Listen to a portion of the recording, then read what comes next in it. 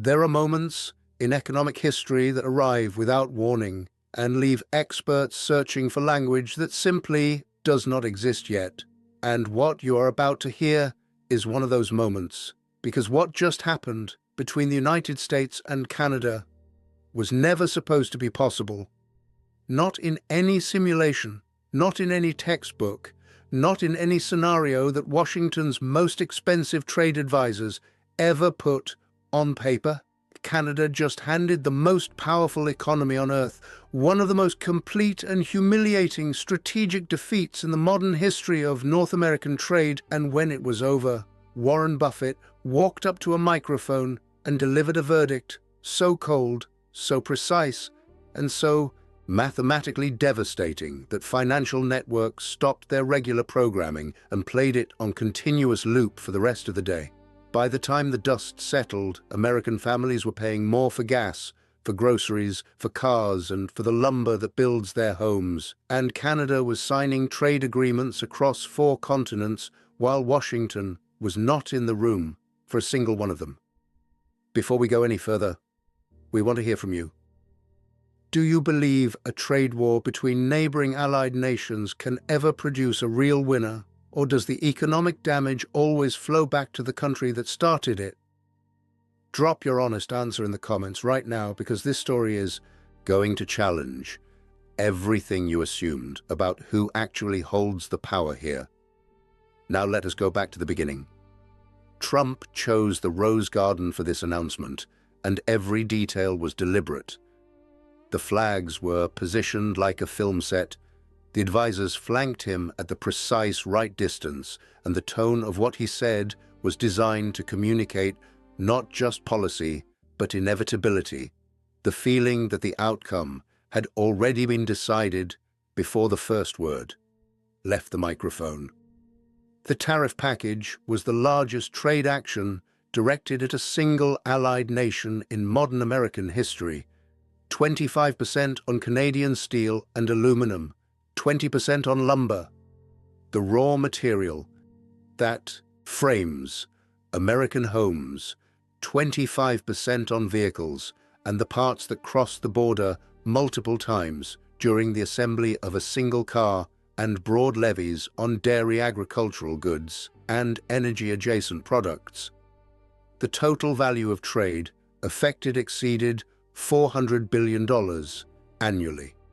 Trump leaned into the microphone with the expression of a man who considers a fight finished before it starts, and said Canada had been taking advantage of American generosity for decades, and that, within days, Ottawa would be calling, asking what it needed to sign to make this stop. His trade team had privately prepared what they called a capitulation roadmap. They projected Canada would hold out publicly for perhaps 72 hours before the economic pressure became unbearable, and one senior advisor reportedly told colleagues this was the easiest win they would ever have, and that Canada held no cards. On paper, the confidence was not unreasonable.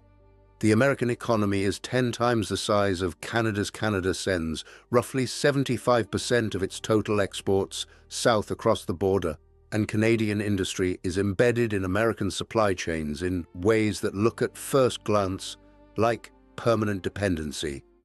Turn off the market, the theory said, and the smaller economy folds. What nobody in Washington appeared to have processed was that Canada had spent more than a year building a complete counter-architecture that would only become visible the moment it was deployed, and by then there would be no time left to respond. Within 72 hours, Ottawa released a retaliatory package that analysts on 3 continents immediately recognized as unlike anything they had seen in a modern trade dispute. Most countries respond to tariffs by hitting the largest or most visible imports. Canada did something far more calculated. They identified the specific American states that Trump needed most to hold politically and targeted the industries that mattered most to voters in exactly those places. 25% on Kentucky bourbon, Kentucky produces 95% of the world's bourbon, and the whiskey industry there employs more than 20,000 people. 20% on Wisconsin dairy products, hitting one of the most contested swing states in the country directly. 30% on Pennsylvania steel, targeting the industrial workers whose votes had handed Trump the presidency. 20% on Iowa and Nebraska corn, soybeans, and pork, the agricultural core of Trump's most loyal base. The farmers who wore the hats and believed him when he said trade wars were good and easy to win. Canada also targeted orange juice from Florida, whiskey from Tennessee, furniture from North Carolina, and manufacturing components from Ohio. Every single product was chosen, not because it mattered to Canadian consumers, but because it mattered to the Republican Party's electoral map, and every tariff was designed to produce maximum political pain exactly where Trump had the least margin for error. This was not an economic response. This was a political operation executed with military precision, but the counter-tariffs were not even Canada's most powerful weapon, and this is the part that most coverage missed entirely. So, stay with us because the number we are about to give you changes.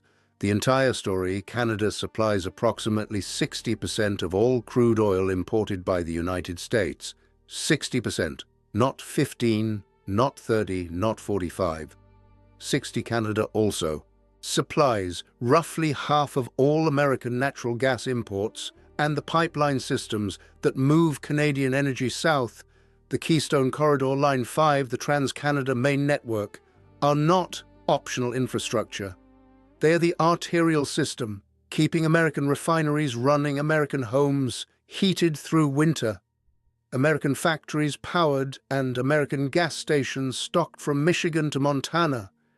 The refineries in Illinois, Indiana, and Ohio were specifically engineered to process heavy Canadian crude and cannot simply switch to lighter alternatives from the Gulf or the Middle East without billions in reconstruction and years of downtime.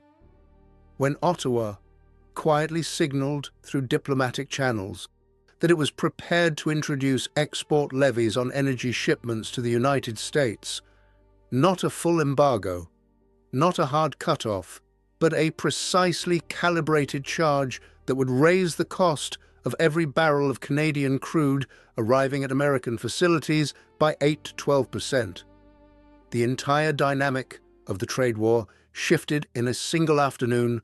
Oil futures spiked within hours. West Texas Intermediate crude rose more than 6% in a single trading session, the largest single-day movement, not triggered by armed conflict or natural disaster in over 3 years. And American refinery operators in the Midwest sent urgent letters to the White House warning of potential fuel shortages and forced shutdowns within weeks if conditions continue to escalate. You can manage without Canadian lumber. Construction costs rise, but you adapt. You can manage without Canadian aluminum, a few cents more per can. But life goes on.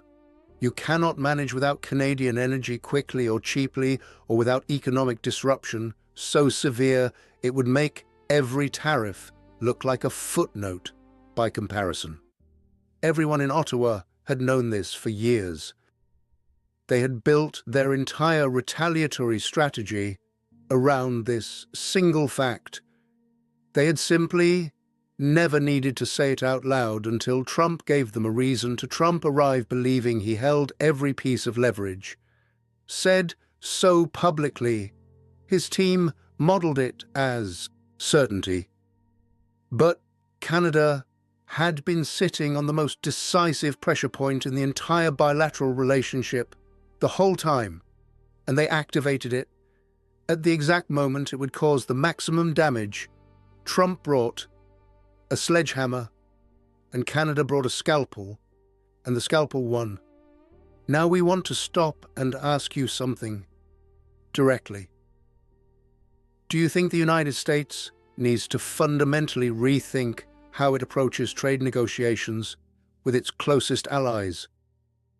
Write your answer in the comments below, because this is the conversation that actually matters right now. But the energy leverage was still only the second layer of what Canada had constructed, while Trump was posting about trade deficits in the early hours of the morning. Canadian trade officials were boarding planes to Brussels, Tokyo, London, Seoul, and New Delhi, working quietly over the previous year to build the architecture of an alternative future. They deepened Canada's commitments under CETA, the trade agreement with the European Union, giving Canadian exporters preferred access to a market of 450 million consumers. They expanded participation in the CPTPP, the Trans-Pacific Trade Partnership of 11 nations covering over 500 million consumers, the same agreement Trump had walked the United States out of.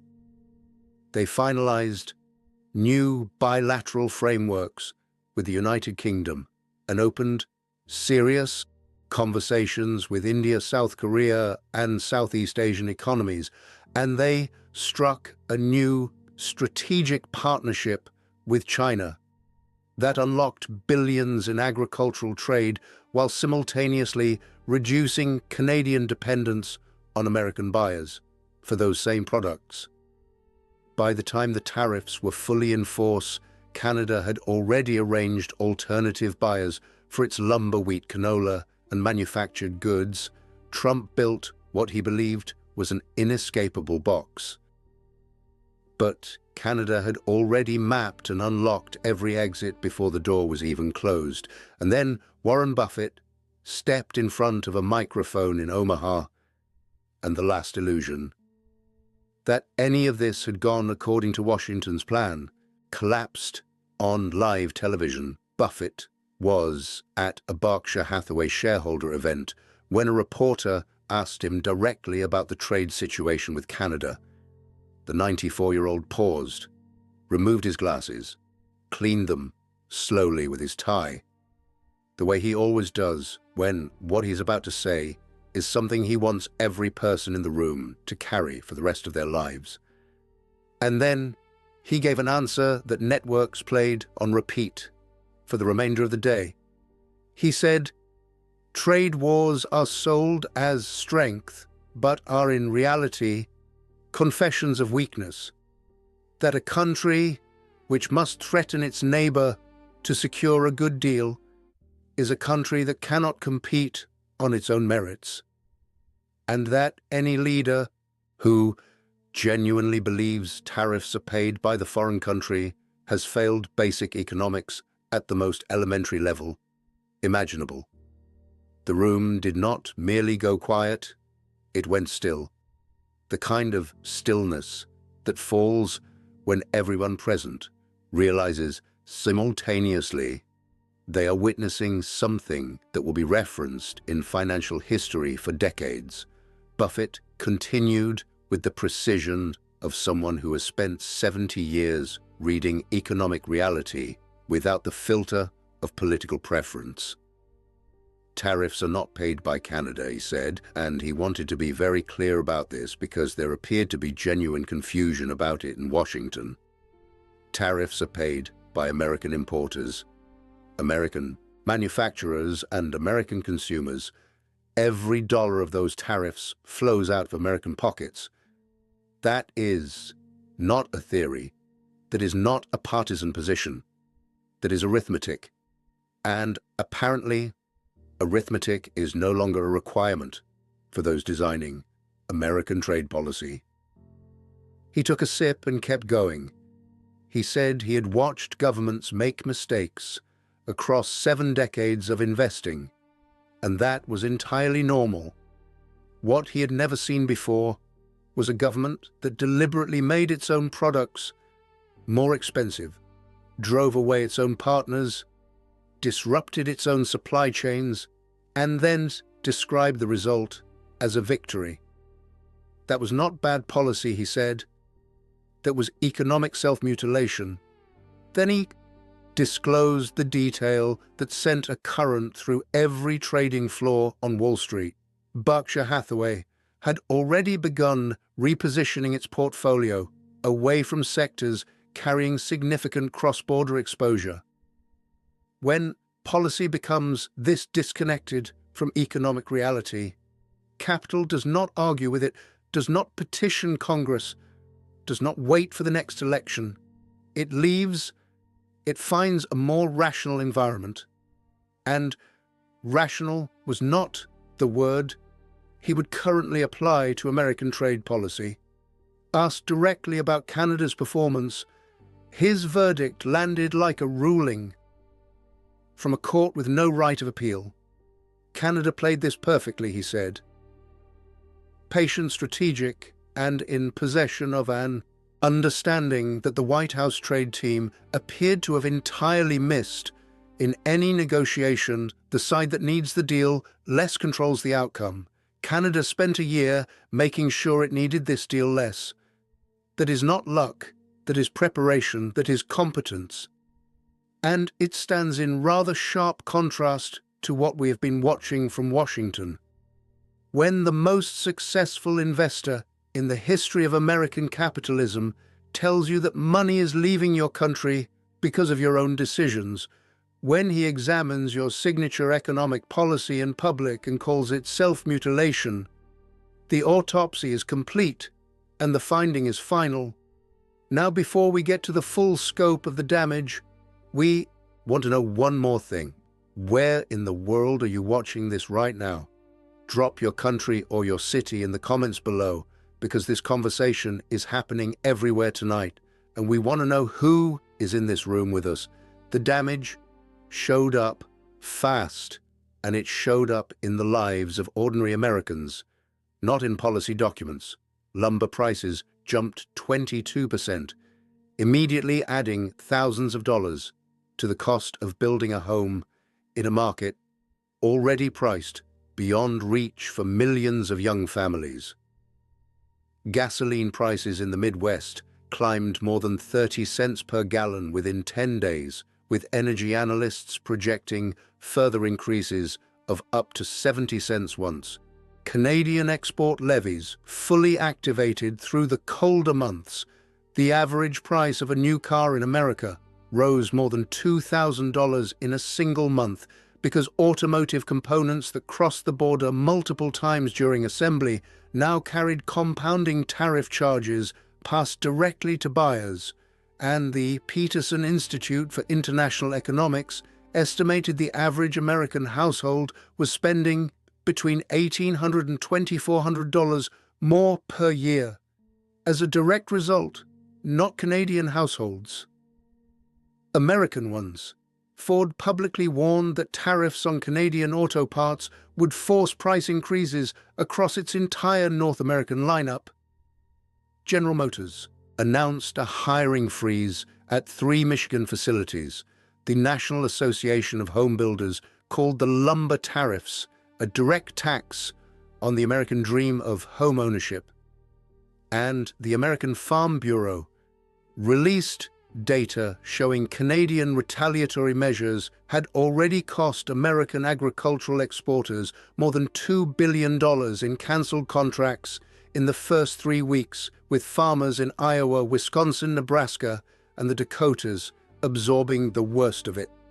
A soybean farmer from Iowa, named Dale Reinhardt, posted a video from his tractor holding up a stack of cancelled orders from Canadian buyers, and his voice was unsteady when he said he had voted for this man, believed him when he promised trade wars were good and easy to win, and that what was happening to his farm was not winning.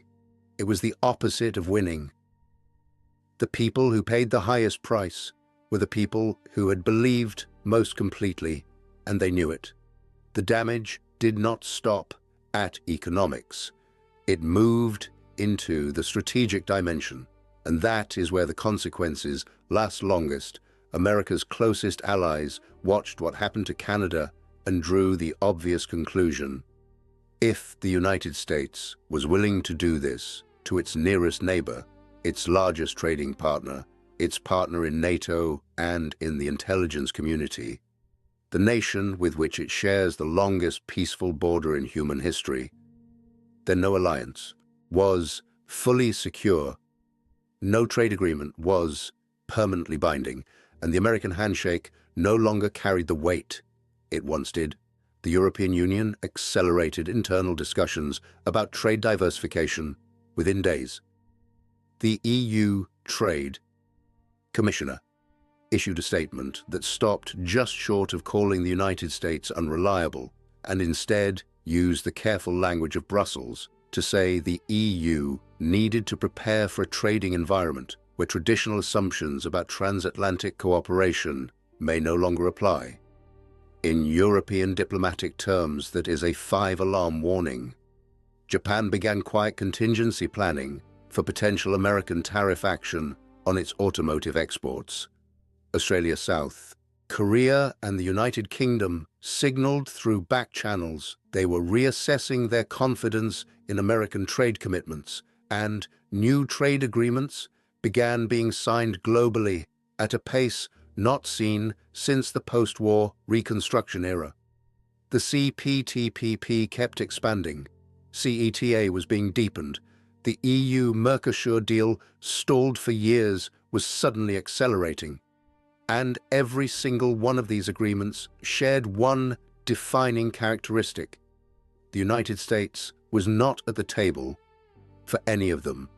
Trade relationships take decades to build and a single press conference to destroy.